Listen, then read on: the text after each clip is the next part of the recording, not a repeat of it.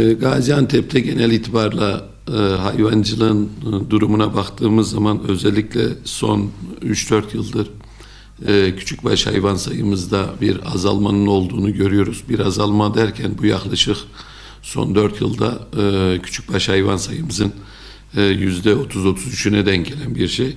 Rakamlara da zaten baktığımız zaman 2021 yılında Gaziantep'te 337 bin damızlık oyun keçi varken 2022 yılında 278 bine, 2023 yılında 259 bine, bu rakamlar resmi net rakamlar. 2024 yılı sonu itibariyle de 220 bine düşmesini öngörüyoruz. Şimdi tabii 337 binden 220 bine düştüğünü gördüğümüz zaman yaklaşık %33'lük, 35'lik bir hayvan sayımızda azalma olduğunu görüyoruz.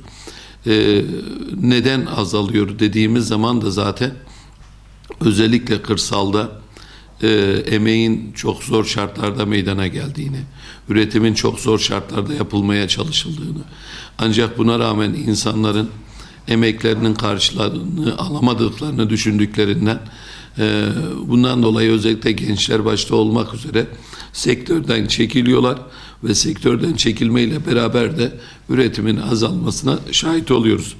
Özellikle yine burada rakamları Gaziantep için verecek olursak 2021 yılında 2956 tane üreticimiz damızlık destek başvurusu yapmışken 2022 yılında 2568, 2023 yılında 2336 ve 2024 yılında 2104 kişi destekleme başvurusuna müracaat etmiş. Yani dolayısıyla 2956'dan 2104 işletmeye düşmüş oluyoruz. Dolayısıyla hem hayvan sayısındaki azalma, küçükbaş hayvan sayısındaki azalma, aynı şekilde işletme bazlı üretim yapan kişi sayısında da azalmayı gösteriyor. Özellikle 2022 yılında ihracatın kapatılmasıyla hayvanın para etmemesinden dolayı o günlerde insanlar damızlık hayvanlarını kesmeye gönderdiler. Yani damızlık dediğimiz yavru üreten fabrika gibi düşünmek lazım. İnsanlar o günlerde hayvanlarına yem alamadıkları için ve damızlık hayvanlar kesime gitti. Özellikle 2022 kırılma bir yılıydı ve dolayısıyla baktığımız zaman bu azalmalarının sebeplerinin en başında özellikle üreticinin emeğinin karşılığını alamaması, değerinden ürünü satamaması diyebiliriz. Tabii bunu şimdi baktığımız zaman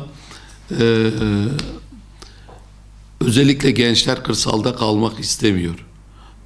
Şehirlere, yurt dışına, özellikle bölgemizde insanlar gitmeye çalışıyor.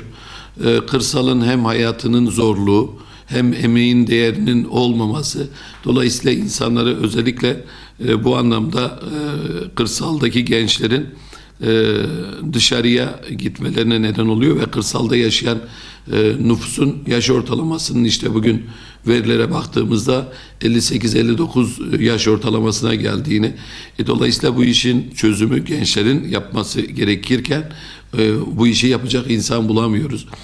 Özellikle bir diğer konu işletmelerde, dışarıdan çoban çalıştıran işletmelerde çoban probleminin olması. Özellikle yurt dışından gelen Afgan olsun, Özbek olsun, Suriyeli vatandaşlarda hayvancılık işletmelerde çalışanlar var.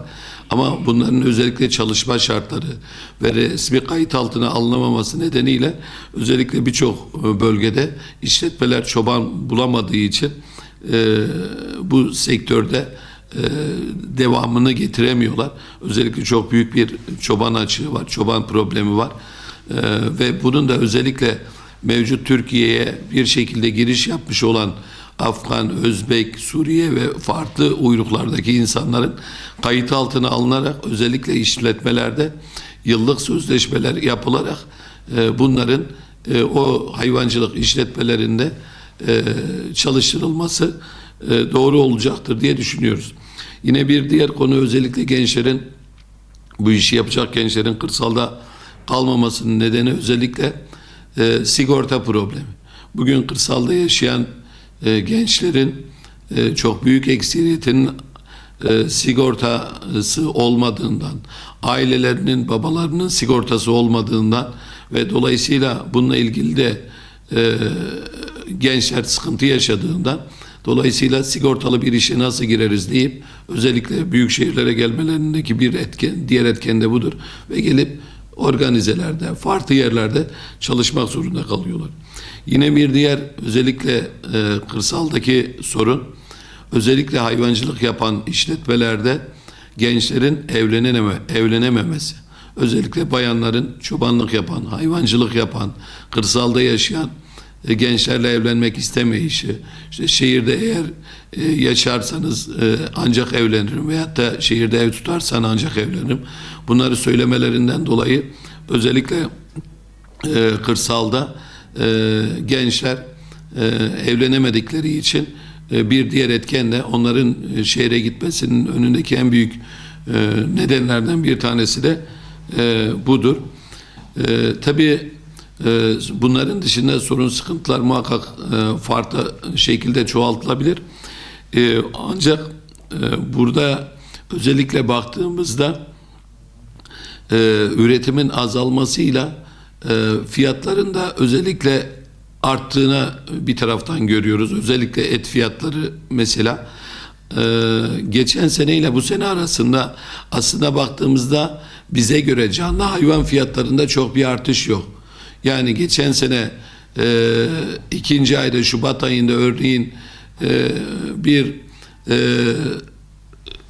erkek toklu fiyatı, yaklaşık canlı kilogram fiyatı 200 lirayken bugün günümüzde yaklaşık 220 liralar civarında, o 9-10 ay geçmesine rağmen. Dolayısıyla burada ama et fiyatlarında tabii özellikle kasap tarafında fiyatların daha çok arttığını görüyoruz. Bu fiyatların artışının önüne geçmek neyle olur? Üretimi arttırmakla olur. Evet, bir şekilde belki ithalatla şu an et fiyatları baskılanmaya çalışılıyor. Ülkedeki et açığı kapatılmaya çalışılıyor ama 2009-2010 yılından beri özellikle yurt dışından ithalatla biz sorunu çözmeye çalışıyoruz. Ancak bugüne kadar geldiğimiz 14-15 yıllık süreçte sorunun ithalatla çözülemeyeceğini aslında hepimiz gördük. Çözülmez de zaten. Yani eğer bir yerde sizin üretme kapasiteniz varsa, üretme imkanınız varsa siz bunu üretirseniz sorunu çözersiniz. Dışarıda getirmeyle 85-86 milyonun ki Türkiye'de yaşayan yabancılarla beraber ve aynı anda Türkiye'de bulunan turistlerle beraber bu rakam 92-93 milyona geliyor. Dolayısıyla burada ithalatla, yurt dışından et getirmeyle, canlı hayvan getirmeyle, besilik hayvan getirmeyle sorunun çözüleceğini düşünmüyorum. Bu anlamda özellikle ithalat değil, üretime bizim sahip çıkmamız lazım. Üretime destek olmamız lazım. İthalat kesinlikle hiçbir zaman çözüm olmadı. Bundan sonra da çözüm olmaz. Devletimizin özellikle hayvancılığa vermiş olduğu destekler var. Bunu göz ardı edemeyiz. Ama bizim bunları biraz daha çoğaltmamız lazım.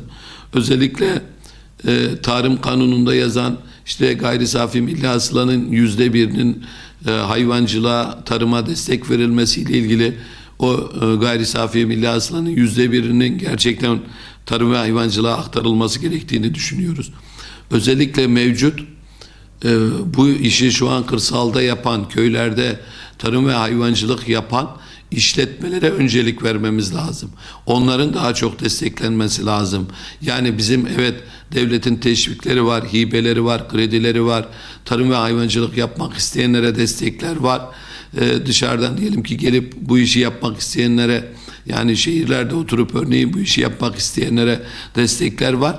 Evet, bu da bir yol mudur? Yoldur ama bize göre zaten bu işin içerisinde olan ortalama işte baktığımızda tarım ve hayvancılık işletmelerinin çok büyük ekseriyetinde babadan oğula geçen bir sistem olduğu için bunlar bu işi zaten bilen insanlar.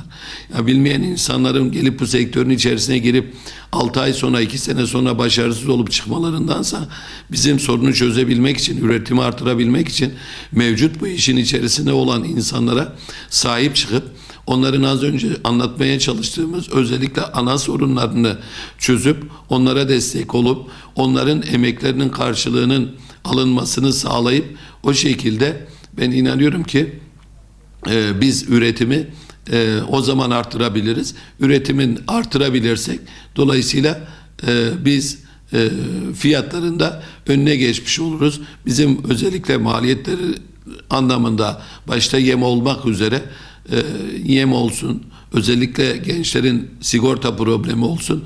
Bu anlamda daha çok destek olup hem gençlerin kırsalda kalmasını sağlamak hem onların maliyetlerini azaltıp emeklerinin değerinden satılmasını sağlarsak üretimi artırarak biz et fiyatlarını, hayvansal ve tarımsal ürünlerin fiyatlarını düşürür ve şehirde oturan insanlara da tüketiciye de halkımıza da daha uygun maliyetli ürün sunmuş oluruz diye düşünüyorum.